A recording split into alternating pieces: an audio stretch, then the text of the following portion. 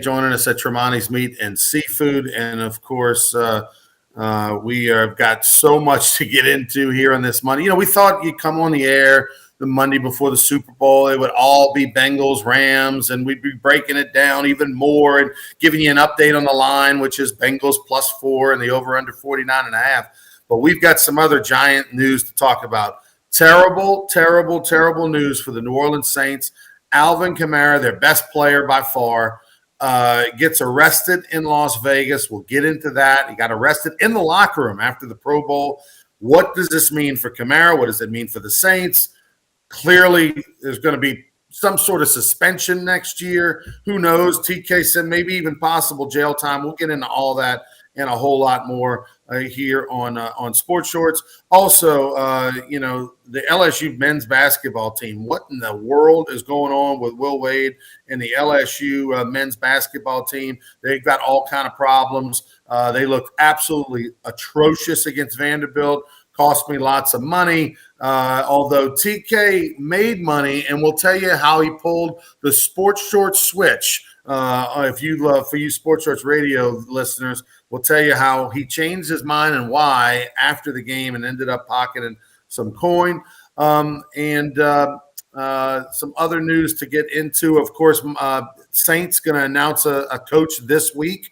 Could be as early as today. Eric Bieniemy, final interview. 6 people interviewed for the job. It's expected to be that Dennis Allen would be the front runner for this job, but Bieniemy had an over 8-hour interview with the Saints. It's kind of been reported that they had about 6 hours with most candidates, but he went for over 8 hours. The offensive coordinator for the Chiefs, who's from New Orleans, who a lot of people are befuddled that he hasn't been named a head coach someplace before in the next few years with all the success that the Chiefs have had on offense. But we'll get into that and a whole lot more. Let's bring in right now Tommy Chrysan from Tremonti's Meat and Seafood, who last night on the radio on 104.5, on Hold the Rope Radio with Skip and Dan Canavera. Y'all had Jay Johnson on. Pretty cool 30 minutes there with him. Yeah, Jay Johnson was on in the first hour, and if you follow Hold the Rope 104.5 ESPN on Facebook, we're going to post that first hour interview a little later this morning. Of course, you can get it on the ESPN website. Just search for Hold the Rope and then break it down first hour, second hour. But Jay Johnson stopped by. He visited with some of the fans that were there to see him. He got a little bite to eat, and he did a couple of segments, a lot about the NIL, a lot about his scheduling philosophy. We had some great questions online. And if you missed it, you really need to check it out when we put it up there on the Hold the Rope Facebook page a little later today. We'll put it up a couple times this week. And then, of course, you can get it at the ESPN 104.5 website, too. Just scroll down to On Demand and Hold the Rope, where you can also, get Sports Shorts radio that's on Saturdays. You can find it all there in case you missed it. But if you're an LSU baseball fan, it's worth your time.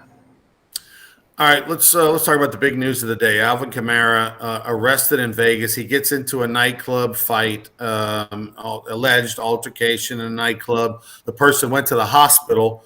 They called the police. The hospital did. The police went out, filed a report. They identified, that it was Kamara that may have hit him or whatever. And so they literally arrested him. This happened Saturday night. Kamara played the game on Sunday. They arrested him in the locker room. How embarrassing for the Saints, for him, for the NFL. And you're telling me that this might be the wrong state to get in trouble for battery. Yeah, I've read some info that the laws, what he's accused of is a felony in this state. Okay, again, he's accused.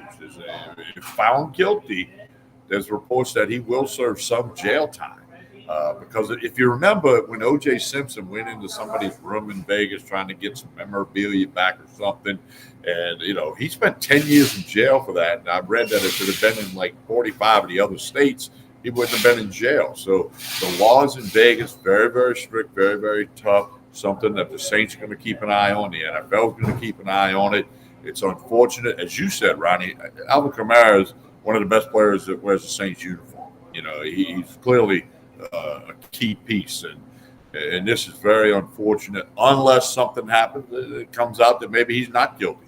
He's got a court appearance later today out in Las Vegas. So We're going to do Sports Shorts Daily tomorrow from Court Street Cafe. We're going to move it from Wednesday to tomorrow. So hopefully we have more info tomorrow. But people, you'll be able to find out more later today or even this evening. It's going to be interesting to hear the story. I have not heard the story of the play. I mean, this just all broke yet last night. Kamara's in jail. He's going to be in front of a judge today. He spent the night in jail. What happened exactly, right? You would assume that there's, other people around. There's a lot of witnesses to this. Did he shove Kamara first? Did he put his hands on Kamara? Did he threaten him physically, show a gun? Who knows? But, we'll wait to see what happens. It's probably pretty obvious that Kamara laid hands on this person who ended up in the hospital. But what led to that? If a guy just, looked at him wrong or said something about the girl he was with or whatever, and Kamara was drunk or mad and punched him, well, then he's in trouble. Might be more than civil. But, if the guy put his hands on Kamara first, or there's some witnesses to say that he did something or put his hands on someone else, then Kamara maybe cannot get away from the battery charge. But this is going to be a topic, unfortunately, Tommy, that is going to be a story that's going to be around for a long, long time, because whether it's criminal, whether it's civil, whether, there's going to be some sort of NFL repercussion to this. Once all those legal things get taken care of, we're looking at some sort of suspension potentially, whether it be one game or a season or half a season or whatever. The NFL nowadays, especially if convicted or charged, there's going to be some repercussions. Well, and Ronnie, another thing is, my guess is, as in most cases, there's some kind of video camera in this nightclub. Probably. And it could have the old, hey, it didn't work that night. There's lots of ways. But, you got cameras here at Tremonti's. You got cameras at Court Street Cafe. So you would think those places have them. And then, if you have to turn to something like that, guarantee the Las Vegas police are seeing if they can find out anything as they do their investigation. But it's an unfortunate story. Now, if he's found innocent, like you said, maybe the guy threw a drink on him or pushed him, we're just going to have to let it play out. But it's not good for the Saints, one of two teams that doesn't have a head coach yet. And one of your key players might be facing legal issues. And, again, might be facing. Good morning, Stephen. Good morning, Chance. Good morning, Rachel. Everybody watching, please like and share this video. Chance says, he wants to get rid of the Pro Bowl, right? Get rid of the Pro Bowl. And look, I agree that of all the All-Star games out there, this one is the least real. At least in basketball, you got to put it through the hoop. You might not play defense, but got to put it through the hoop. This one is literally two-hand touch. They found something in Vegas, Tommy. They had over 5,600 tickets sold for the game yesterday. 56,000, 56,000. Think back to when the Pro Bowl used to be in Hawaii, how few fans there were. You know what I mean? It was always empty seats. And then they experimented with Orlando. They have found something in Vegas. Of course, they can open the roof, close the roof, whatever they want to do. But that was pretty cool that they were able to play in Vegas and have over 56,000 fans. So it ain't moving, I would think. They need to get rid of it. It's a farce of the game of football. It's not football, and I get it. The players, nobody wants to get hurt. There's too much money involved. Figure out another way to recognize. Some people have it in their contract. They get bonus incentives if they're a Pro Bowler, but it's got to go. It's a total joke. And I guarantee they had less than 56,000 people watching on TV if that's how many were in the stadium. All right. So, by the way, did you know that the Winter Olympics is going on? I'm aware that it's going on, but I could care less about it. There used to be a time not that long ago, Tommy, Winter Olympics, Summer Olympics. I was all over it. Look, I was even into it pretty good this summer, but it couldn't happen to a better country in Canada. I feel bad for Japan, but in China. China's hosting the Winter Olympics. No fans. They're spending billions of dollars. Nobody's watching. Nobody cares. I'm telling you, man, I don't know how the Olympic Association, the International Olympic Committee, after the pandemics that have happened and now two Olympics, how they even financially are able to survive moving forward. Like, it seems like this is the end of an era. It's like the World's Fair, how it just disappeared. I think it's got to be that way. Yeah, and it's become too political. You know, politics and sports have blurred that line a lot in the last decade, and that has blurred it way too much. You know, the NBA and MLB backed off that politic thing a little bit. So the NFL to a degree. They didn't eliminate it because they realized that pushed fans away. Because if you put on the Olympics, you want to watch the Olympics. You want to watch great athletes compete against great athletes from other countries. But when it's nothing but politics, and you know, people just don't want that. You know, if you want that, go to where you can get it. I'm all for you know, diving into it, but the Olympics aren't even you know, there's no glitter anymore. There's no excitement. There's nobody like, oh man, the Olympics are next Friday. I mean, it's just a total waste, and it hurts not being anywhere near the same time zone. If you really want to watch it, you got to be watching at 1 a.m. to see anything live. I mean, and that's maybe part of it, but I agree with you. It needs to go away or be totally redesigned. Yeah, I agree, TK. It's just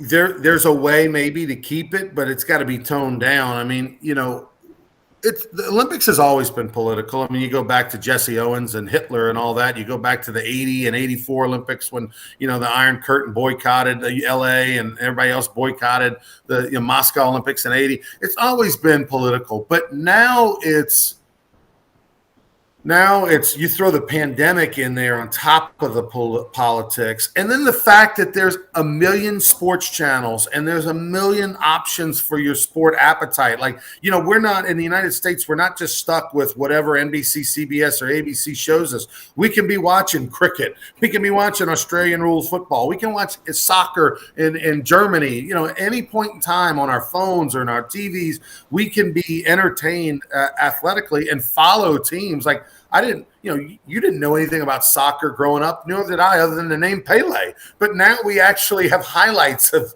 teams playing in Europe. That's just, oh, hey, here's a highlight of the NFL. Oh, let's go over to Manchester, you know, for the highlights. Like, it's incredible how the world has blended together. I think that the Olympics has a place potentially, but in a much more scaled down way, more like a world championships, Tommy, you know, like without all the billions of dollars, you got to just kind of use whatever the structure is you have. But anyway, it's just shocking that the Olympics are going on right now, and I have yet to watch more than 5 minutes worth of Olympics. Well, that's 4.5 more minutes than what I've watched. But here's the thing: like last night, okay, the Olympics were on. I could care less. MLB Network had a special thing about Babe Ruth, which was followed by a special thing about Billy Martin. Well, I'm interested in that. Okay, right. I'm going to watch that 100 times out of 100 instead of the Olympics. All right. I'll tell you one of the things, Tommy, that I'm having a hard time watching, and that is LSU men's basketball. It is bad. You know, I think, you know, on Saturday on Sports Church Radio, we talked about the line. You know, at the time, LSU going into the game was a 2.5-point favorite. You looked at Vanderbilt, only 2 players in double digits, 11-10 record overall. They're not very good in the SEC. And, you know, I think we were more hopeful that, okay, LSU's got most of its starters back. Like, you know, come on. Where's the team that was in November and December and early January? Like, they're going to eventually get it going. Well, I was wrong. I lost a ton of money. But you changed your mind between the time we went off the air at noon and the time that they tipped at 5. You went from thinking LSU was going to win and cover to all of a sudden you took Vandy on the money line. Why? Well, I looked at the stats. When I did the pick on the radio, which was incorrect, I said go with the Tigers -2.5. I was looking at the season stats. More importantly, I looked at the last 5 game stats for both teams, you know, before it tipped off. And I'm like, Vanderbilt's just doing so much better right now. Doesn't matter what you did December 14th. That doesn't matter. So I changed my mind, and I got that one right when I placed my small wager. But, you know, this LSU team, Ronnie, they got to go to A&M tomorrow night. It's going to be tough. You know, they beat A&M a couple weeks ago in Baton Rouge, but it was a tight game, and LSU kind of separated at the end. Here's what I'm going to throw out here, Ronnie. I've been thinking about this yesterday and today, and I'm going to throw it out there. Let's just say Will Wade doesn't turn this around. Okay, they continue to struggle. I'm not saying they lose every game going forward, but let's just say it never gets better. Might there be a coaching change? Remember, Scott Woodward inherited Will Wade. And you got that cloud hanging over the program, right. which also means who's going to want the job if they think the shoe's going to drop. But they can find out more about that privately. But I don't know, man. It's this thing has went 180 degrees the other way. I mean, 15-1. People talking about it being a number 1 seed in the tournament. Hell, they might not even be in the tournament right now. So I mean, it's there's no line out yet for the tomorrow night's game. We're going to be doing Sports Shorts Daily again tomorrow morning, Tuesday, folks. So like and share and be ready to go tomorrow morning. We'll have a line by then, and we can talk more about it now. But we said Saturday on the radio when we were over at Calandro's, it's pretty much a must-win game for LSU, and they didn't get it done. Got beat straight up by 9 points at Vandy, and Vandy's not, a big-time team right now. What's funny? What's funny is that before the game they showed that LSU basketball on Lenardi's big board was a 6 seed with a 4-5 record in the SEC. Well, I'd like to know where they're at now with a 4-6 record and a loss to Vanderbilt. I found that way high. And look, regardless of what the board says right now, they still got too much basketball to play, and this is a team that's got 18 games left to play in the conference, and we're not really seeing. Maybe there's an example. Maybe somebody can research this, but maybe there's an example in recent history where a losing team out of the SEC made it to the NCAA tournament. But I don't think that's necessarily the case. I think you got to be 500 or better, and I think for LSU they got to be better than 500, Tommy, because I don't know that they've got the quality wins per se out of conference. So if they're going to right the ship in the next 8 games, what do you think the number has to be for LSU basketball over the next 8 games? What does their record have to be to put them back in squarely in the NCAA tournament, in your opinion? I think they got to be at least 500 in SEC play. I think you got to be 9-9 there, and then get a win at the SEC tournament. I don't even know where it is this year, but you get one win there, and they're going to be in the tournament then. But if they struggle and they get bounced out of the SEC tournament early, it could be NIT bound, and then that's when, I don't know, we see what Scott Woodward has to say, if anything. So that means that the Tigers have got to go, what do we got here? This is 10 games with 8 to play. So they got to win, go 6 and 3 down the stretch. Well, 5-3. That's right. 5-3. 8 to get to 9-9. Yeah. Yeah. 5-3. If they can go 6-2 and get that 10th SEC win, then they're going to be in the tournament. It won't be a 6 seed, but they'll be in. 5-3, and Stephen Miller, who's been red hot picking games, already told you. He said you can win a nice chunk of change betting against the spread against LSU the rest of the season. So until that changes, I think that's the way to go. That's why I should stick with the plan to never bet LSU or Saints, because you put too much hope into your pick, as opposed to reality. But see, I go the other way with that, Ronnie. I was in a conversation the other night with people. I like to bet on LSU or the Saints or against them because I know more about it. Okay, same thing with the SEC. I know more about SEC sports than I maybe do other sports. Not that I neglect the others, but you have more info, and it's easier to maybe pick that Arkansas-Auburn game as opposed to trying to pick Illinois versus Northwestern, because we have more info, or at least I do, based on the sites I visit and the stuff I make myself read and the people I follow, all that stuff. All right, so talk to me about the New Orleans Saints. We're going to expect to get a coach this week. Every national show, radio show, or any time you hear people talk about the coaching candidates, they've interviewed 6 of them. We know one of them was Doug Peterson. He took the Jacksonville job. So basically you got 5 of them. You probably are going to call 3 of them, at least, and say, hey, thanks, but no thanks. And you may circle back and interview another one or have another couple conversations. But everybody across the board says, hey, look, the Saints are the best team that are, the best team that's getting a new coach. Because usually if you get a new coach because your team was bad, Saints had a winning record. Saints have been the second winningest team next to the Chiefs over the last 5 years. So it's not totally broke in New Orleans. Yeah, they lost Drew, they lost Sean, and of course Michael Thomas is nowhere to be found. But they're not far from being really good again, whereas other teams have a longer way to go. Dennis Allen seems to be the fit if you truly believe, and Mickey Loomis and the organization truly believe, that they are not far from being back to winning 10, 11, 12 games. But if you think that, then that makes all the sense in the world, unless Dennis Allen put his foot in his mouth, to keep Dennis Allen and the core of your staff and the nucleus of that locker room intact for another couple years to go at it. But Bieniemy got the longest interview of them all, it seems. Well, and here's a couple things that you can, fair question is, I mean, did Bieniemy say, yeah, I want this job and I would keep Dennis Allen if Dennis Allen wanted to stay? There's a lot of layers here that we don't know about. Dennis Allen would be the continuity choice, like you said, right? Good point. This isn't as broke as most of the teams where we're looking for a coach. Their situation was more fractured than the Saints, and you got a solid defense with Demario Davis in the front line. So, Gail Benson.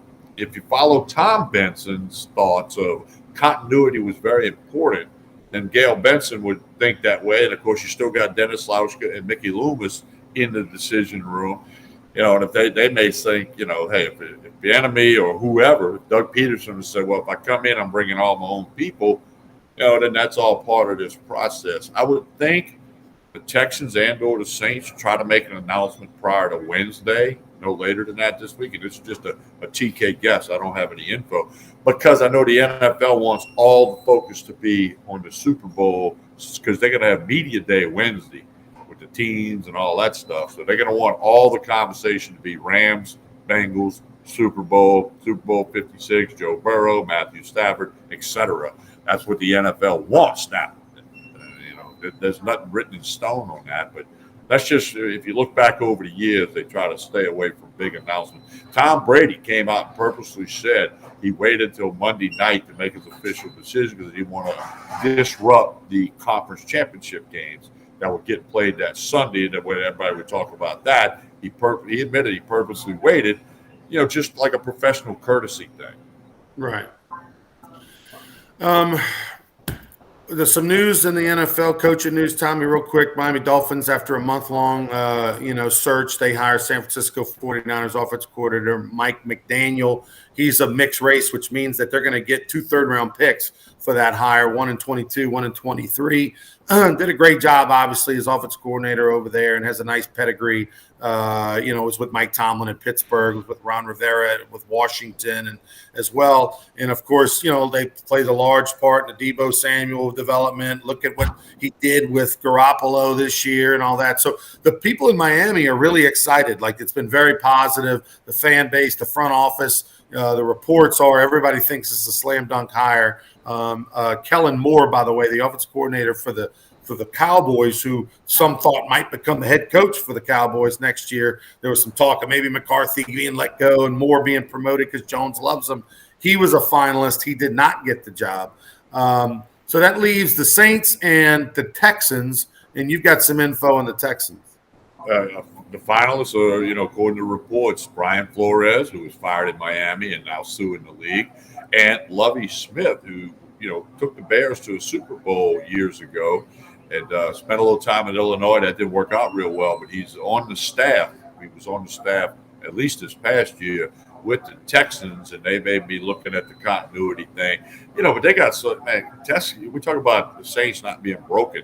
The Texans are broken. The whole Deshaun Watson story, they fired a coach after 1 year, which means most of the assistants, if not all, have been fired, other than maybe Lovie Smith. I mean, it's a mess over there for the Houston Texans, and you can't really see the light at the end of the tunnel. But it's been reported that it could be Lovie Smith named today or tomorrow, or Brian Flores. We'll have to wait and see. And either way, that's going to spark some conversation because did Flores not get hired because of the lawsuit? But Lovie Smith's got, he went to a Super Bowl. Brian Flores never did that. So, I mean, that's for the Texans to decide. Lovie Smith is 63 years old. So it would be, really different deal there. He's from Texas, went to high school in Texas. Been to a Super Bowl once as a coordinator with the Rams in 2001, and then, of course, as a head coach with the Bears. Had a nice run with the Bears, 2004, 2012. Then he was the head coach for 2 years in Tampa, and then he got the job at Illinois, didn't do a whole lot, won a couple games, big games that shocked everybody. But this would seem, if I was a Texans fan, other than the fact that Lovie Smith is one of the more respected coaches in the league, particularly, very involved in the Black Coaches Association and just a beloved figure. He brings some class to an organization that needs class and needs probably some stability and, a good look. But I don't know. I don't want to say it's passed him by, but Lovie Smith's not bringing any juice to the fan base. He's not bringing any new juice to that organization. To me, this feels like a stopgap. Make us look better. We need a positive face of our organization. If they don't go Flores, which would be wild, and maybe that who knows what happens with Deshaun Watson in the future, because obviously Deshaun Watson will be happy Flores is there. It's an interesting story. If you go Lovie Smith, to me, they're going to be very mediocre and just kind of be a stopgap hire for the next 2-3 years till they catch up with their Deshaun Watson situation and kind of all the draft picks. Yeah, I mean it's a fractured situation. That's a safe way to say it. And no immediate turnaround is going to happen, but maybe Lovie Smith can get it going in the right direction and somebody come in on top of that. All right, we'll be back tomorrow morning for more Sports Shorts Daily. We'll be tomorrow instead of Wednesday morning, and then, of course, we'll be back Friday. So tomorrow, Tommy will be at Court Street Cafe. Please make sure you help support Sports Shorts Daily, like and share. Tell us about Tremonti's, Tommy. Well, tomorrow they're going to have the Tuesday crawfish special, 10 pounds of crawfish, price you can't beat. You got to come in here. They'll be ready at 4 o'clock. Also, Mike informed me this morning, they got live crawfish for sale this weekend. If you want them for the Super Bowl, you want them for Valentine's Day, whatever it might be, you got to call and order them. You can't just walk in. They might be out. Call and order them. You got to pick them up on Saturday. But you can get live crawfish to boil on for yourself for the Super Bowl and all that good stuff. And, of course, keep them in mind for Valentine's. They got gift cards. They got wine. They got whiskey. You got the Chairman's Reserve steaks you can get if you're going to cook a little Valentine's meal at home over the weekend, with Valentine's being next Monday. So got crawfish special Tuesday, tomorrow afternoon, 4 o'clock at Tremonti's, boiled crawfish. And then they got live crawfish for the weekend. Connect with them on Facebook and Instagram. You'll get all that info. And look forward to being at Court Street Cafe tomorrow over in Port Allen for another Sports Shorts Daily. And don't forget, Jay Johnson Hour on Hold the Rope Radio will be posted on the Hold the Rope Facebook page around lunchtime today. So we want you to go check that out. In case you missed it, if you're an LSU baseball fan, you'll enjoy it, I promise. Kip saying he got the brisket. I did that too, Kip. I got the brisket back a few months ago. Fantastic. Well, I tell you what, we had the sale on the brisket Friday. It was gone by the end of the day. 12 cases of brisket got sold. On Chairman's Reserve brisket, it was only $2.99 a pound.